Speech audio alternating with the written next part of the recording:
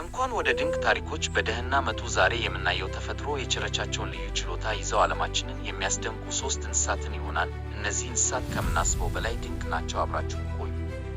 በመጀመሪያ የምናየው የማይሞተውን ጄሊፊሽ ነው። ይህ ፍጥረት ሲያረጅ ወይም ጉዳት ሲደርስበት ወደ ሕፃንነት ደረጃው የመመለስ ልዩ ተፈጥሮ አለው። በንድፈ ሐሳብ ደረጃ ይህ ጄሊፊሽ በራሱ ጊዜ አይሞትም። ይህም ለዓለም ሳይንቲስቶች ትልቅ እንቆቅልሽ ነው። ሁለተኛው ኦክቶፐስ ነው። ኦክቶፐስ 3 ልቦች እና 9 አእምሮዎች እንዳሉት ያውቁ ነበር። ከዚህም በላይ ደግሞ ሰማያዊ ቀለም አለው። ይህ ፍጥረት እጅግ ብልህ እና ራሱን ከማንኛውም አካባቢ ጋር የማላመድ ችሎታ አለው። በመጨረሻም ታርዲግሬድ የተባለውን ጥቃቅን ፍጥረት እንመልከት። ይህ ፍጥረት ያለ ምግብና ውሃ ለዓመታት መቆየት ይችላል። እንዲያውም በጠፈር ውስጥ ያለ ምንም መከላከያ መኖር የሚችል ብቸኛው ፍጥረት እንደሆነ ይነገራል።